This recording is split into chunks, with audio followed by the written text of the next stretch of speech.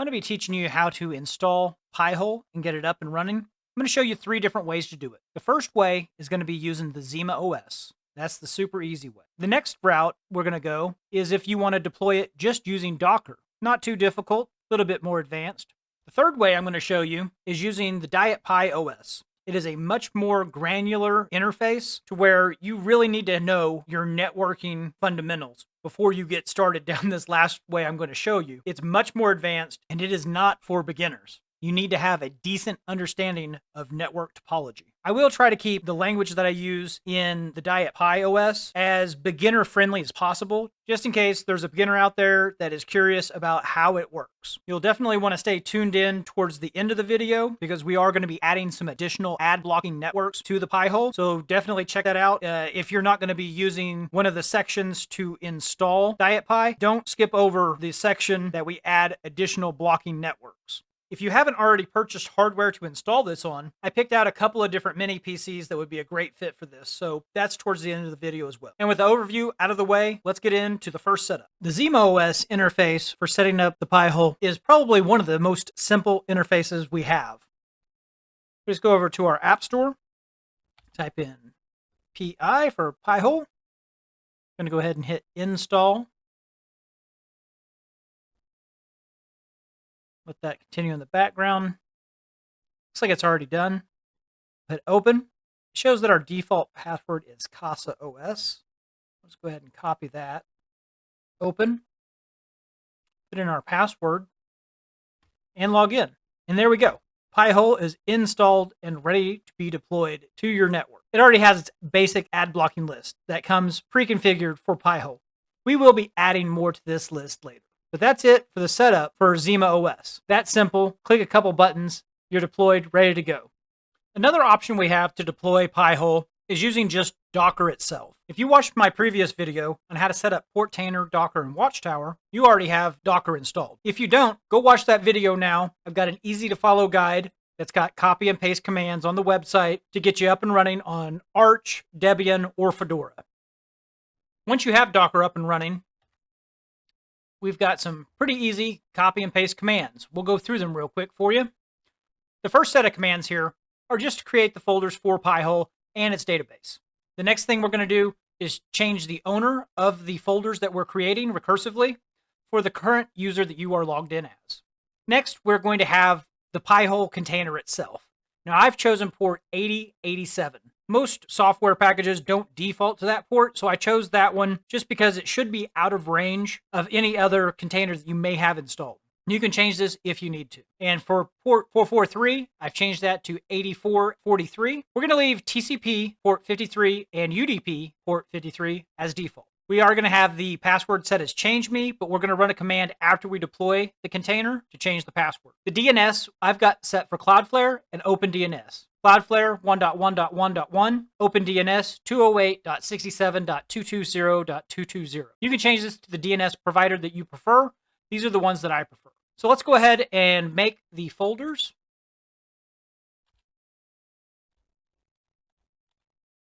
And let's deploy the container.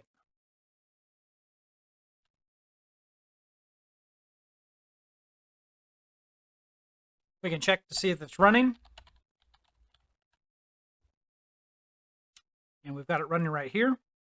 Let's go ahead and set the password. I'm going to change mine to a super secret test 123. You can change yours to whatever you want. Make sure it's a secure one. Now let's go ahead and access the Pi-hole. This is going to be the IP address of whatever system you're on. Whatever your server's IP address is, that's what you're going to type in here. For this virtual machine that I'm on, 1.133. This is HTTP, not HTTPS, and we're running on port 8087/admin. But this IP address would be your server's IP address. And then obviously the password that you just created.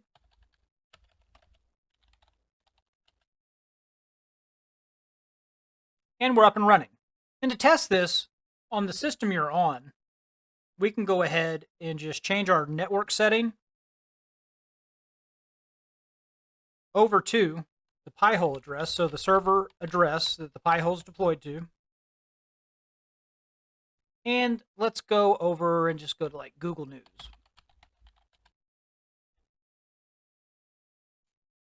Click on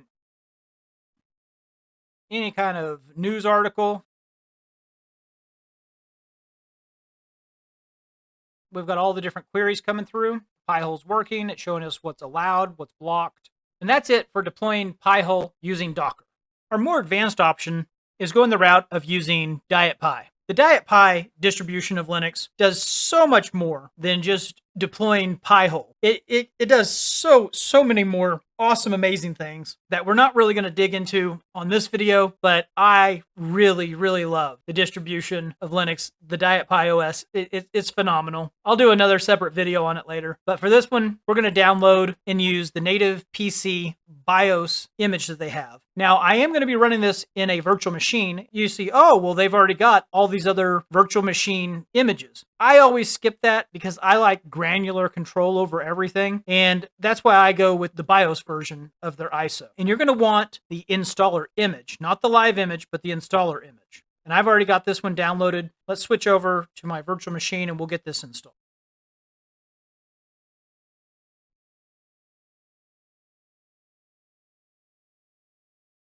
Now I've got my virtual machine set up for 64 gigs of storage space. Even with 64 gigs, that gives you plenty of space to set up a swap file if you want to. I normally do. On a home network, a small office network, you're not going to be pinging this thing hard enough to run it out of memory. I generally do stick to the rule of putting a swap file in place. And we'll go through that part of the installation later.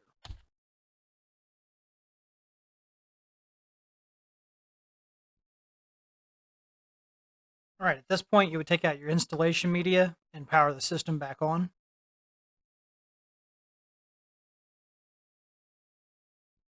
All right, we've got some basic information here. We're going to have our default login as root, and our default password is DietPi. And it'll prompt us to change all these in just a moment.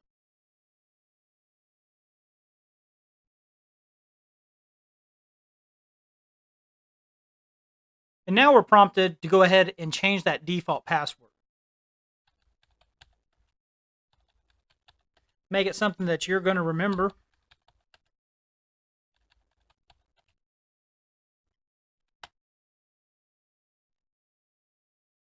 All right, now let's go into our advanced options.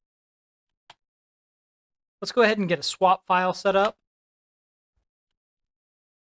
And we're going to grab some storage from this first entry right here, SDA1. Let's go ahead and hit here for a swap file. Press enter. It's going to want to know how much of a swap file we want. I've got 4 gigs of RAM on this, so let's just give it 4 gigs of space. So roughly 4092. So now we've got our swap file. We can just hit back. And we can exit out of here.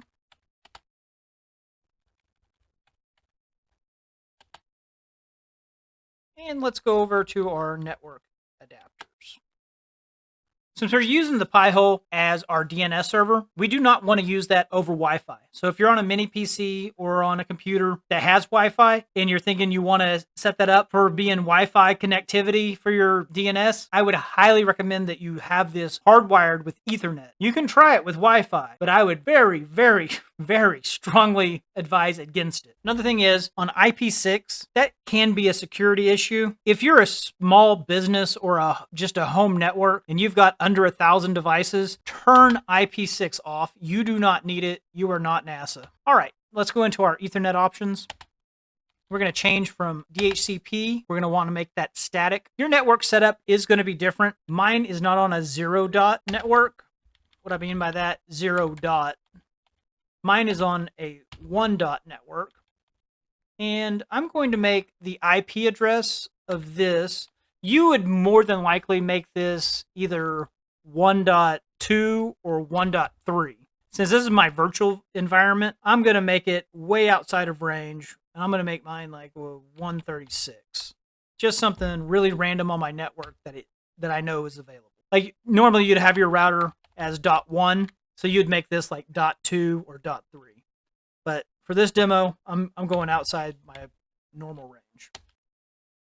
We've got our static mask. That right there depends on your network. You need to have your network information before you go this more advanced route. This is a Class C network. I don't know if you're running a 1010 network or a 172, so I'm not sure what your subnet mask is. More than likely, most people are going to be on a Class C, 255.255.255.0. Our static gateway, that's going to be your router. My router is going to be a 1.1. Your scenario is going to be different. You need to find out your network information before you go this route. However, if you've made it this far in the video and you're contemplating on going this route, you should already have some decent understanding of your network environment. This is currently pulling my DNS table from my router. I'm actually going to go ahead and change this just for demo. We're going to switch this over to Cloudflare. Cloudflare is great. OpenDNS is good. Don't go Google. I would suggest Cloudflare over any of the other ones. Quad9's great, or OpenDNS. I prefer Cloudflare just because the size of the company is large enough to where they don't have very many outages.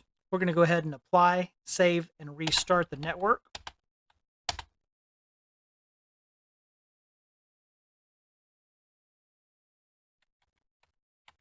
And hit back again, and exit. We'll go ahead and install. And this is going to apply all the changes. And this is saying that we've got minimal changes to the image, and that's correct. Because we haven't installed Pi-hole just yet. That's just getting the network configuration going. And I'm going to opt out of the survey. And let's go ahead and jump back into the config. Or actually, you know what? We're going to jump into DietPi software. And from here, we're going to want fail to ban. That helps with any kind of outside brute force attacks. You shouldn't have any of this publicly facing, but I just throw that in there just for good measure. And then we're going to want our Pi-hole. That one right there. And we'll go ahead and take the RAM logs as well. This is just telling us that we are going to be our local DNS server. And once we make this, it's going to commit these changes. And that we have to have a static IP address. And we've already done that in the steps before this. And I do want to show y'all just why the DietPi OS is badass. If you go into browse software, like, just look at all these different software options. Like, I set up a server with all kinds of different virtual machines because you can go through here and just select something and it pre-configures it. You could actually select every single piece of software they have available, pre-configured, and everything will play nice together because the team at DietPi has gone through painstakingly and made sure that all these services can be deployed together. It's really amazing, but that's another video. So we'll go ahead and install.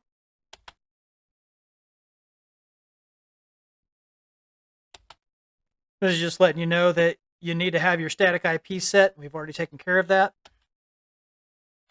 And let's go ahead and say Cloudflare one more time. This is giving us the default block list. And we want it to show everything. Make special note of this because they give you a login password, okay?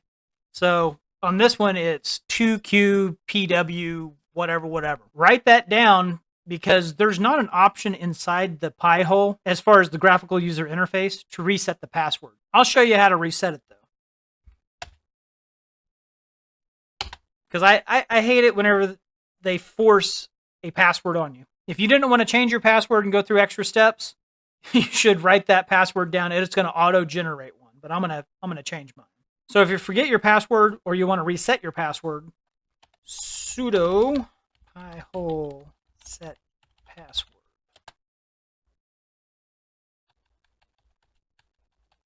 And there we go. All right, and if you look towards the top, we've got our IP address of the virtual machine. It's 192.168.1.136, and that's what we're going to access the Pi-hole with. But we're going to have a port number of 8489/admin. And that's just how DietPi does the install of Pi-hole. Go ahead and accept the risk. Type in the password that we reset. And there we go. And we're up and running with the same block list as we were in our first example using the ZimaOS. And up next, we're going to be putting this information into our router.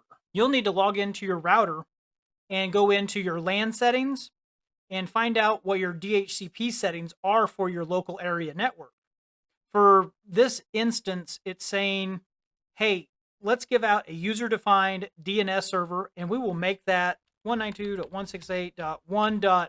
Whatever your server was. The last one we did was 136. This information will be the IP address that you chose for your Pi-hole. For mine, the last one that we did was 1.136.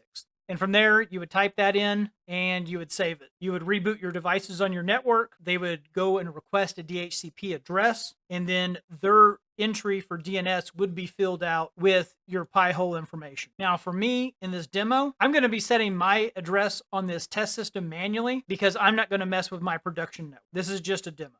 All right, before I show you this system having the Pi-hole enabled on it, we can just look at a couple of websites. We see some ads right here. Some more ads right here. That's on Daily Beast. We're on TechCrunch. We've got different ads. Guardian. We've got some ads.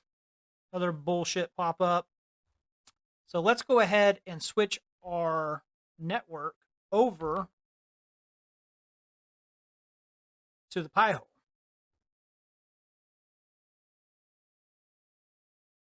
That was running on Google DNS.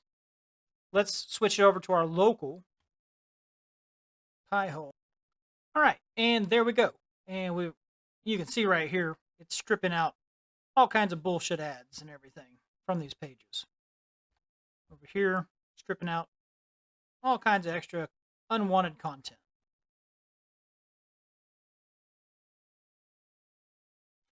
This will save a lot of battery life on your phones as well. Like whenever you have this on your home network, it saves so much battery life. You'll notice that your phone can actually make it to the end of the day when it's not getting bogged down by all these crappy ass ads. We're going to switch back over to the DietPi install of the Pi-hole, and we're going to add some more blocking resources. And the last thing we want to do to supercharge the Pi-hole to really tighten down the ad blocking is to add in some very well curated lists. It already comes with a pretty decent one, the Steve Black list, but we're going to add one from AdBlock Pro. We're going to add one from a community that blocks for smart TVs. We're going to have one for Android tracking. And the biggest one of all, we're going to block all the different Windows telemetry. This is for Windows 10 and 11. All of these lists are dynamically updated by different communities. So once they're added on here, you don't have to keep updating it. The Pi-hole will go out and search this every couple of days, every couple of weeks. It'll check to see if these lists are up to date. And if not, it'll download the new information from them. And we'll just go ahead and start putting these lists in. And I'm going to have all of this written up on my website where it's easy to copy and paste whenever you're filling this information out. Let's put in our first one. We're going to add the block list. Put in our smart TVs. You can add a comment to them if you want. You don't really need to. I mean, the URLs kind of explain what they are.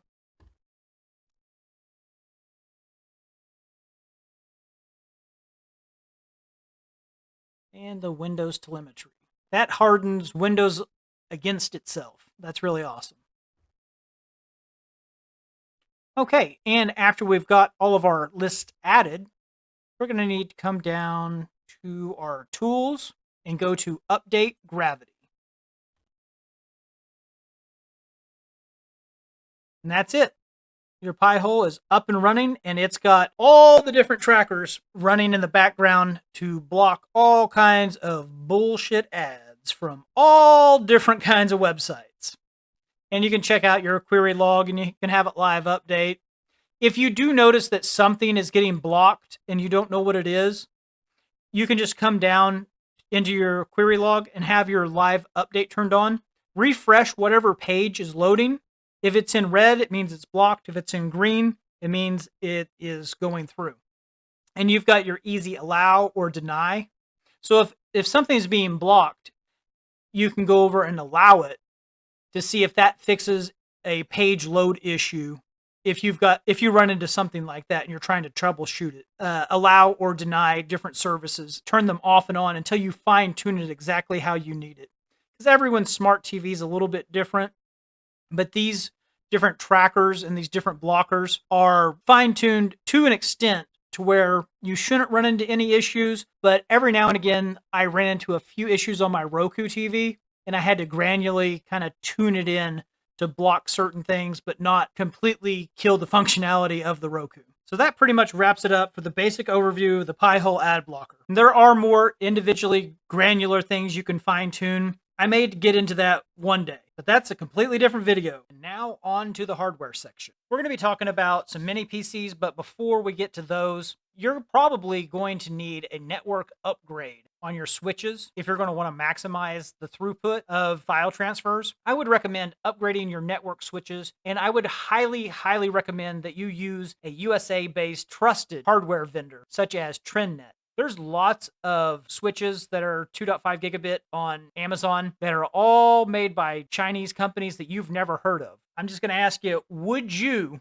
trust an unnamed brand from China to be on your network infrastructure?